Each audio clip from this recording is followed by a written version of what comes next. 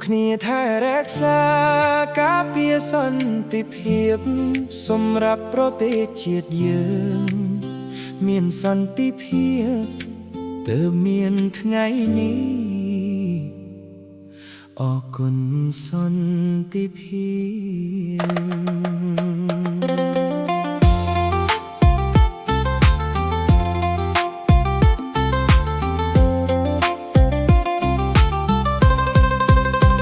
គណៈបកប្រជាជនកម្ពុជាខ្មែរជោគជ័យកម្ពុជាមានសន្តិភាពឈ្នះអសត់ត្រូវខ្មែររួបរួមទៀតខ្មែរជួបជុំញាតអភិវឌ្ឍជាតិប្រាកដជាយុទ្ធសាស្ត្រឈ្នះសាមគ្គីពីទឹកបន្តខ្ញុំសូមគោរពអញ្ជើញឲ្យបណ្ឌិតអេសគុណភាសំណាងអាយកាមប្រធាននិងអាយកាមបណ្ឌិតប្រធានទី1នៃក្រុមការងារគណៈបកនៅខាងស្រុករងសីមានប្រសាសន៍គណៈបកមុខនឹងអង្គពិធីសូមគោរពអញ្ជើញជាបឋមខ្ញុំបាទសូមគ្រប់អាដាមអ៊ុយឌីសមាជិកគណៈកម្មាធិការកណ្ដាលនិងជាអនុប្រធានគណៈកម្មាធិការគណៈបកខេត្តបាត់ដំបងជាទីគោរពដ៏ខ្ពស់គណៈធិបតីលោកស្រីភ្ញៀវកិត្តិយសសមាជិកសមាជិកាគណៈបកនិងអង្គពិធីទាំងមូលជាទីគោរពនិងជាទីរាប់អានខ្ញុំតំណាងអាដាមអង្គវឌ្ឍនាសមាជិកគណៈកម្មាធិការកណ្ដាលនិងជាប្រធានក្រុមការងារគណៈបកចុះមូលដ្ឋានស្រុកមោលសីនិងអាដាមបណ្ឌិតចិនមលិនសមាជិកគណៈកម្មាធិការកណ្ដាលនិងជាអនុប្រធានទី1នៃក្រុមការងារគណៈបកចុះមូលដ្ឋានស្រុកមោលសីនិងក្នុងនាមរូបខ្ញុំផ្ទាល់សូមសម្ដែងនៅការរាប់អានយ៉ាងជ្រាលជ្រៅបំផុតចំពោះលោកស្រីទាំងអស់ដែលត្រូវបានប្រកាសបញ្ចូលជាសមាជិកសមាជិការបស់គណៈបកប្រជាជនកម្ពុជានៅក្នុងឱកាសដ៏ថ្លៃថ្លានាពេលនេះតាំងនាមអាដាមទាំងពីរសូមសម្ដែងនៅការអរគុណនិងប្រសិទ្ធពរបវរប្រសើរដល់លោកស្រីជាសមាជិកសមាជិកាគណៈបកប្រជាជនកម្ពុជាទាំងអស់នៅក្នុងស្រុកមោលសីជាពិសេសសមាជិកសមាជិកាដែលប្រកាសបញ្ចូលជាសមាជិកគណៈបកនៅថ្ងៃនេះអំពីការរៀបចំបញ្ចូលសមាជិកគណៈបករបស់គណៈបកប្រជាជនគឺជាពិធីជាក់លាក់មួយ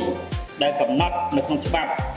យើងហៅថាលក្ខន្តិកបកនិងបទបញ្ជាផ្ទៃក្នុងរបស់គណៈបកយើងតាំងពីឆ្នាំ1951មកម្លេះដែលមានបញ្ជាក់នៅក្នុងគោលការណ៍កសាងគណៈបកនៅក្នុងជំពូក2មាត្រា4ដែលមាន5ចំណុចសំខាន់ក្នុងនោះគឺទី1ទាក់ទងនឹងនយោបាយ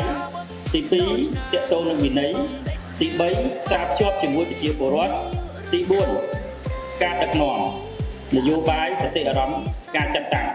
និងទី5ការកសាងសមាជិកបកបាទអញ្ចឹងនៅក្នុងចំណុចទី5នេះគឺបញ្ជាក់ទាក់ទងនឹងការកសាងសមាជិកបកដោយពេលនេះអញ្ចឹងគឺយើងមានការបញ្ចូលសមាជិកបកថ្មីបន្ថែមហើយយើងបើកឲ្យមានការចូលជាបន្តទៀតទាក់ទងនឹងភារកិច្ចរបស់សមាជិកបករបស់យើងថ្ងៃនេះលោកគ្រូអ្នកគ្រូបងដែលបានចូលរួមនៅក្នុងកម្មវិធីនយោបាយរបស់គណៈបកប្រជាជនកម្ពុជារបស់យើងនេះគឺថាអ្វីដែលសំខាន់ក្នុងនាមយើងជាសមាជិកបកដូចយើងដឹងហើយនៅឆ្នាំ2027នេះខែ6លោកគ្រូអ្នកគ្រូបានជ្រាបដឹងខ្លះនេះគឺយើងមានកម្មវិធីដែលសំខាន់ជាងគេនៅក្នុងប្រទេសកម្ពុជាយើងនេះបាទគឺការបោះឆ្នោតអញ្ចឹងមុននឹងការបោះឆ្នោតនេះនៅថ្ងៃនេះម៉ោងនេះនាទីនេះគឺខ្ញុំតំណាងដល់ពុំពោះរបស់អាដាមប្រធានទាំងពីរពិតជាមានសេចក្តីសប្បាយរីករាយដែលបានឃើញលោកគ្រូអ្នកគ្រូបាទគឺមានការតាំងចិត្តខ្ពស់ដែលបានចូលរួមនៅក្នុងកម្មវិធីនយោបាយរបស់គណៈបកប្រជាជនរបស់យើងអញ្ចឹងអ្វីដែលសមាជិកយើងទាំងអស់គ្នាត្រូវខិតខំគឺទី1ដូចមានបញ្ជាក់នៅក្នុងភារកិច្ចរបស់សមាជិករបស់យើងដែលមាននៅក្នុងមាត្រា7អញ្ចឹងគឺថាខិតខំប្រតិបត្តិឲ្យបានត្រឹមត្រូវនៅកម្មវិធីនយោបាយមានន័យថាម៉េចរាល់កម្មវិធីនយោបាយរាល់ការដាក់ចេញរបស់រាជរដ្ឋាភិបាលអញ្ចឹងក្នុងនាមយើងជាសមាជិករបស់គណៈបកដូចខ្ញុំអញ្ចឹងក្នុងមួយខែខ្ញុំប្រជុំជីវភាពបកម្ដង ចឹងប្រជុំនឹងដើម្បីអីគឺដើម្បីទទួលនៅព័ត៌មានបន្ថែមព័ត៌មានថ្មីដែលគណៈបកយើងបានដាក់ចេញបាទហើយនឹងព្រឹត្តិការណ៍សំខាន់ហើយព្រឹត្តិការណ៍សំខាន់ហ្នឹងគឺសមាជិកគណៈបកយើងទី1គឺត្រង់ត្រាប់ស្ដាប់ទៅការណែនាំរបស់គណៈកម្មការបកទី2គឺព័ត៌មានហើយព័ត៌មានបច្ចុប្បន្ននេះគឺអត់មានអីពិបាកទេគ្រាន់តែយើងបើកភ្នែកភ្លាមគឺឃើញផ្លែតមានន័យថានៅក្នុងនីតិកាលទី7យើងនេះគឺគេថាមុំមួយតាក់ទងនឹង digital គឺថាព័ត៌មានក៏ digital ណាចឹងការផលិតព័ត៌មានតាមកម្មវិធីទូរទស្សន៍វិទ្យុណាតាម YouTube តាម Facebook TikTok គឺយើងមានគ្រប់ទាំងអស់នៅក្នុងនោះគណៈបករបស់យើងក៏មានទាំងអស់ដែរទាំងតាមស្ថានីយទូរទស្សន៍ទាំងតាម YouTube Facebook TikTok គឺមានគ្រប់សកម្មភាពទាំងអស់ដើម្បីឲ្យបងប្អូនសមាជិកាគណៈបករបស់យើងហ្នឹងតាមដានបាទជៀសវាងអីជៀសវាងព័ត៌មានបំភ្លៃព័ត៌មានភូតភរកុហកព័ត៌មានដែលមិនត្រឹមត្រូវដែលជះឥទ្ធិពលដល់សមាជិកបករបស់យើងនិងជះឥទ្ធិពលដល់ប្រជាពលរដ្ឋរបស់យើងណាដែលធ្វើឲ្យមានការយល់ច្រឡំមកលើរដ្ឋាភិបាលរបស់យើងហើយមួយវិញទៀតយើងត្រូវគិតថាសមាជិកគណៈបកយើងម្នាក់សមាជិកាគណៈបកយើងម្នាក់គឺជាសម្លេងគឺជាសញ្ញាឆ្នោតមួយសញ្ញាបាទក្នុងនោះដែរប្រជាពលរដ្ឋរបស់យើងម្នាក់ក៏ជាសម្លេងសញ្ញាឆ្នោតមួយសញ្ញាផងដែរទាំងសមាជិកាគណៈបករបស់យើងត្រូវរួមគ្នាត្រូវសាមគ្គីគ្នាផ្ទៃក្នុងជៀសវាងការបែកបាក់ផ្ទៃក្នុងដូចថ្ងៃនេះលោកគ្រូអ្នកគ្រូបងប្អូនទាំងអស់ដែលបានចូលរួមក្នុងជីវភាពសមាជិកបករបស់យើងនេះគឺដោយសារអីគឺមិនដោយសារការផ្សព្វផ្សាយពីក្រុមប្រឹក្សាភូមិក្រុមប្រឹក្សាស្រុកក្រុមប្រឹក្សាខេត្តមកដល់ពេលនេះអញ្ចឹងបានលោកគ្រូអ្នកគ្រូជ្រួតជ្រាបដឹងថាអូកម្មវិធីនយោបាយរបស់គណៈបកប្រជាជនគឺល្អយ៉ាងម៉េចខ្លះគឺផ្ដល់ផលប្រយោជន៍យ៉ាងម៉េចខ្លះគឺបាននាំនៅសុខសន្តិភាពជូនដល់ប្រជាពលរដ្ឋយើងយ៉ាងម៉េចខ្លះក្រោមការដឹកនាំរបស់សម្ដេចតេជោក្រោមការដឹកនាំរបស់សម្ដេចបវរធិបតីហ៊ុនម៉ាណែតនៅក្នុងនីតិកាលទី7នេះគឺជាផ្លែផ្កាណាគឺជាផ្លែផ្កាគឺជាលទ្ធផលដែលយើងបានមើលឃើញជាក់ស្ដែងនៅក្នុងវិស័យប្រមាណដែលខ្ញុំបានលើកឡើងមុនហ្នឹងបាទតាំងវិស័យអប់រំវិស័យកសិកម្មណាគឺយើងមានការអភិវឌ្ឍមានការរីកចម្រើនគ្រប់វិស័យជាទីបញ្ចប់តាំងនាងខ្ញុំតំណាងឯកឧត្តមអង្គវឌ្ឍនាសមាជិកគណៈកម្មាធិការកណ្ដាលនិងជាប្រធានក្រុមការងារគណៈបកចុះមូលដ្ឋានស្រុកមោងសី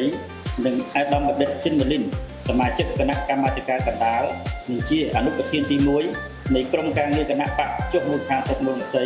សូមថ្លែងអំណរគុណជាថ្មីម្ដងទៀតជូនចំពោះលោកលោកស្រីសមាជិកា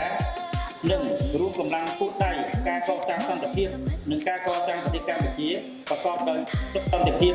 និងការអភិវឌ្ឍជានិរន្តរ៍តទៅជាទីបញ្ចប់ខ្ញុំសូមគោរពអរគុណគណៈអធិបតីជាកិត្តិយសសមាជិកាសូមមានសុខភាពល្អបរិបូរណ៍អាយុយឺនយូរទទួលបានជោគជ័យគ្រប់ភារកិច្ចនិងជីវភាពបរិបូរណ៍និងពុទ្ធពរទាំង4ប្រការគឺអាយុវណ្ណៈសុខៈពលៈកំបីគ្មានជាឡើយបាទសូមអរគុណយើងអាយដាមអូនលេងសមាជិកគណៈកម្មាធិការកណ្ដាលគណៈបកប្រជាជនកម្ពុជានិងជាអនុប្រធានគណៈកម្មាធិការបកខេត្តបាត់ដំបងមានប្រសាសន៍ចំណុចមកនៅកំណត់ថ្ងៃសូមប្រជើញសូមគោរពឯកឧត្តមបណ្ឌិតហេងនុធាតំណាងរដ្ឋពុទ្ធឯកឧត្តមអង្គវឌ្ឍនាជាក្រុមការងារគណៈបកជនកម្ពុជាចុះមូលដ្ឋានស្រុកមោងសីនិងឯកឧត្តមចិនមលិនអនុប្រធានទី1ក្រុមការងារគណៈបកជនកម្ពុជាចុះមូលដ្ឋានស្រុកមោងសីទីគោរពសូមគោរពលោកពេជ្រម្ល័យប្រធានគណៈកម្មការគណៈបកស្រុកមោងលោកស្រីគណៈតន្ត្រីគណៈកម្មការគណៈបកស្រុកមោងសីលោកអ ធានគណៈកម្មការគណៈបកឃុំទាំង9នៃស្រុកមូលសីជាបឋមនេះខ្ញុំសូមសម្ដែងនៅក្តីសំណងរីរាយនិងអបអរសាទរយ៉ាងក្រៃលែងចំពោះវត្តមានលោកស្រីទាំងអស់ជាគណៈរដ្ឋមន្ត្រីជាវិទ្យុនិងអបអរសាទរដល់លោកស្រីដែលត្រូវបានកាត់ចូលជាសមាជិកគណៈបកគឺកម្ពុជាថ្ងៃនេះនៅក្នុងឱកាសនេះសូមថ្លែងនៅការកោតសរសើរណាស់អបអរសាទរឲ្យចំពោះការសម្រេចចិត្តដ៏ត្រឹមត្រូវរបស់លោកស្រីដែលបានសម្រេចចិត្តដាក់ពាក្យសុំចូលជាសមាជិកគណៈបកជនកម្ពុជាការងារនេះខ្ញុំក៏សូមជម្រាបជូនដែរថាអាចអីបានខ្ញុំគិតថាលោកស្រីសម្រេចចិត្តត្រូវបាទទី1ចង់បញ្ជាក់ថាគណៈបកជនកម្ពុជាយើងជាគណៈបកដែលធំជាងគេនៅកម្ពុជាហើយជាគណៈបកដែលមានប្រវត្តិធ្វើបេសកកម្មសម្រាប់ជាប្រយោជន៍ជាតិនិងប្រជាពលរដ្ឋជាជនកម្ពុជាយើងបាទតាំងពីសម័យតស៊ូដល់ជាតិយើងតាំងពីសម័យអាណានិគមបារាំងនេះបាទរហូតមកដល់ឥឡូវគឺគណៈបកជនកម្ពុជាយើងឆ្លងកាត់ការដឹកនាំការថែរក្សាការពារប្រទេសជាតិនិងជីវជនច្រើននៅក្នុងកាលមកហើយ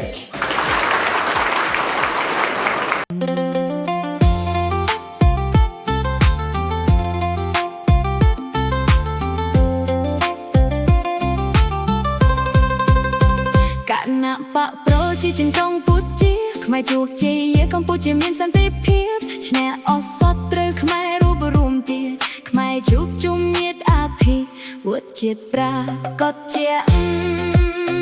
យុទ្ធសាស្ត្រឈ្នះសាមគ្គីជាធ្លុងខ្មែរមិនជាប់ភងលងនឹងសង្គ្រាមអបាលៈសម្ដេចដែលចូលចាប់ប្រវត្តិសាស្ត្រឲ្យខ្មែរយល់ច្បាស់រួចពីអន្ទាក់ព្រៃផ្សៃប្រជាជាក្តីសង្ឃឹមជាតិខ្មែរសមិទ្ធិផលហូរហើយរួមថែបន្តស្នាដៃកុលាបតឆ្នាំសម្ដេចធិបតីនាយករដ្ឋមន្ត្រីការពារទឹកដីសន្តិភាពអរគុណស្នាដៃបកប្រជាជនអ្នកមានគុណធនគ្មាន